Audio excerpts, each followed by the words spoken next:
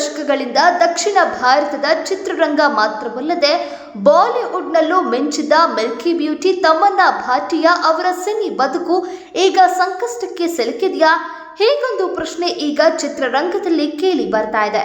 ಇದರ ನಡುವೆ ತಮನ್ನಾ ಕೂಡ ಈ ಸಿನಿ ಕೆರಿಯರ್ ಬಗ್ಗೆ ಮಹತ್ವದ ಹೇಳಿಕೆ ಕೊಟ್ಟಿದ್ದಾರೆ.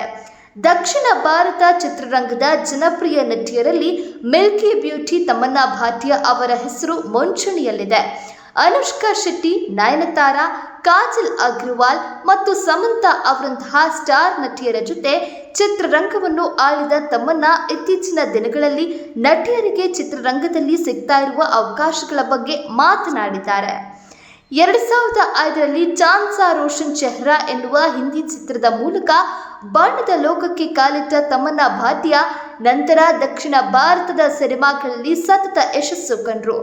ಪ್ರಸ್ತುತ ಅವರು ತಮ್ಮ ವೃತ್ತಿ ಜೀವನದ 21ನೇ ವರ್ಷದಲ್ಲಿದ್ದಾರೆ.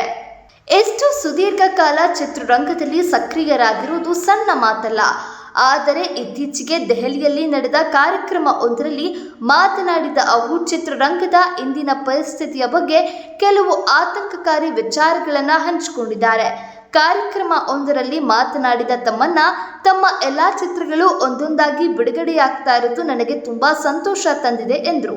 ಮುಂದುವರೆದು ಮಾತನಾಡಿದ ತಮನ್ನಾ ಭಾಟಿಯಾ, ಚಿತ್ರರಂಗಕ್ಕೆ ಬಂದು 21 ವರ್ಷಗಳು ಕಳೆದರೂ ಪ್ರತಿ ಬಾರಿಯೂ ಹೊಸದಾಗಿ ಪ್ರಾರಂಭಿಸ್ತಾ ಇರುವಂತೆ ಭಾಸ ಆಗ್ತಿದೆ. ಆದರೆ ಅನೇಕ ನಟಿಯರಿಗೆ ಅಂತಹ ಅವಕಾಶಗಳು ಸಿಗ್ತಾ ಇಲ್ಲ ಎಂಬ ಕಳವಳವನ್ನ ವ್ಯಕ್ತಪಡಿಸಿದ್ದಾರೆ. ಈ ಮೂಲಕ ನಟಿಯರಿಗೆ ಚಿತ್ರರಂಗದಲ್ಲಿ ಸಾಕಷ್ಟು ಅವಕಾಶಗಳು ಸಿಗ್ತಾ ಇಲ್ಲ ಎಂದು ಬೇಸರ ವ್ಯಕ್ತಪಡಿಸಿದ್ದಾರೆ. ಇದೇ ವೇಳೆ ತಮ್ಮ ಯಶಸ್ಸಿನಲ್ಲಿ ದಕ್ಷಿಣ ಭಾರತದ ಅಭಿಮಾನಿಗಳ ಪಾತ್ರ ದೊಡ್ಡದಿದೆ ಎಂದ ತಮನ್ನಾ, ಈ ಪ್ರೀತಿಯನ್ನು ಮರುಪಾವತಿಸಲು ನಾನು ಸದಾ ಹೊಸ ಮತ್ತು ಉತ್ತಮ ಮಾರ್ಗಗಳನ್ನು ಹುಡುಕುತ್ತಲೇ ಇರುತ್ತೇನೆ ಎಂದು ಭಾವುಕರಾಗಿದ್ದಾರೆ. ತಮನ್ನಾ ಭಾಟಿಯಾ ಪ್ರಸ್ತುತ ತೆಲುಗು ಹಾಗೂ ಹಿಂದಿ ಚಿತ್ರರಂಗದಲ್ಲಿ ಬ್ಯುಸಿ ಇದ್ದಾರೆ. ಅದರಂತೆ ಅವರ ಮುಂಬರುವ ಚಿತ್ರಗಳ ಪಟ್ಟಿ ಯಾವ ರೀತಿ ಇದೆ ಗೊತ್ತಾ?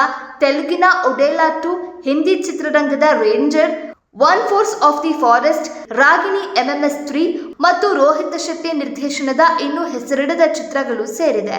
ಅದರಲ್ಲೂ ಇವುಗಳಲ್ಲಿ ಹೆಚ್ಚಿನವು 2026ರಲ್ಲಿ ಬಿಡುಗಡೆಯಾಗುವ ನಿರೀಕ್ಷೆ ಇದೆ.